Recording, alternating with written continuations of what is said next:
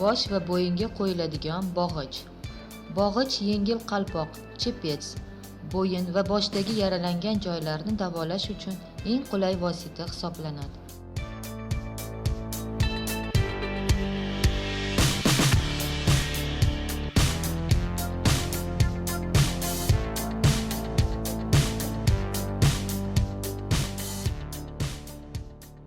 Bunday bog'ich chepes juda oddiy va qulay.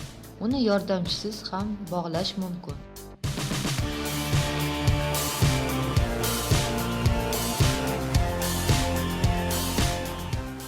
U hech qachon sirg'alib, tushib ketmaydi va yaraga bir xil bosimda ta'sir qiladi.